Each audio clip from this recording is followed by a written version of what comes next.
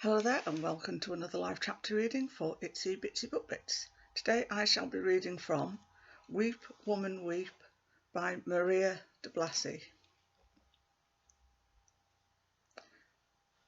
I am built for tears. It's in my blood. The women in my family don't know how to have a life without sorrows. If they couldn't find any, they made them. I was always finding ways to punish myself if I got too happy. I'd get excited about the paperbacks, body strippers mostly, that I'd buy from the used bookstore on the corner of Main Street, and if I liked the ending of one too much, I'd throw it out. Can't do with too much happiness in the house. We were not allowed the things that made us want to rise up like sunflowers. Our mothers weren't allowed them, so we couldn't have them either. My mum used to hide her secret chocolate stash in one of the rusty tin cans she collected, always half-cutting herself when she reached in for something sweet. It was like she couldn't taste the melted goodness without reminding herself that the world was full of sharp, ugly things. Suppose that's where I got it from. When I look back on things, I always remember the way she seemed to shrink with age. She had the thin bones and pale face of the Spanish, something I hadn't inherited with my tall frame and tan skin. She always looked frailer than she was somehow, like the years working at the local diner slowly ate away at her. She didn't used to be that way. I have this memory of her from when I was very young. She looked so fresh and happy hanging the laundry up on the line, the wind whipping through her hair and kicking up her skirt as she sang her cantos. I mean, she was all sunshine and freshly washed sheets. She had this knack too for growing things, like she could just reach down and touch the earth and know what it needed.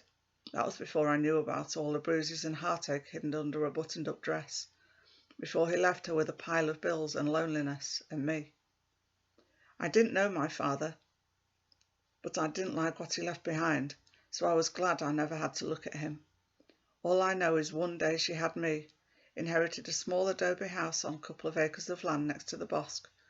We were all that was left of our family, and spent the rest of her life trying to keep that roof over our heads and men from the house. I used to stay awake at night, trying to figure out ways not to turn out like that. Wait, let me back up a bit so you know where all this is taking place. We lived in a semi-rural small town in the middle of nowhere called Sueño. It was more like a bunch of farms and adobe homes sitting on a feral acreage with a main street that held everything together. The street was framed by a few blocks of housing that tried to look like a suburb but failed miserably. So it was the main street, fake suburbs and farmland contained by the bosque, with the Rio Grande cutting through it on one side and open desert that seemed to go on forever on the other. My favourite part of all this was the mountains, just behind the Rio Grande, that turned pink and red like a schoolgirl thinking dirty thoughts when the sun rose and set each day. People were always forgetting about the town of Sueño. Of course, that probably had something to do with the fact that we were located so close to the Shadowlands. That long sweep of desert between towns and indigenous lands that just sort of folded in on itself, went on forever. Its own place outside of the laws of time and space. Sometimes people went out there and never came back. Sometimes they did, and you wish they hadn't. Sometimes women went to the outskirts for help, looking for La Huesera, the bone woman, to deal with their man troubles for a price. At least that's what they told the old folks said when they were getting ready to spin some impossible yarn or wanted to scare us good.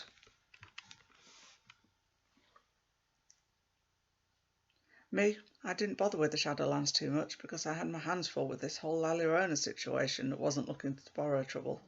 Llorona, she's a weeping woman, but I'll get to that in a bit. The closest city to us was Esperanza, which most people also forgot about unless you lived around these parts. I mean, more than they forgot that New Mexico was part of the United States, which happens more than you think, even now. Esperanza is about an hour away from Albuquerque, the biggest city in New Mexico, and about 2 hours south of Santa Fe, the capital, where rich white people go to find themselves and feel cultural. That's the rub with growing up here. We're taught to be ashamed of our heritage, and here are white people dying to be the great-granddaughter of an Indian princess and a long-lost child of a Bruya.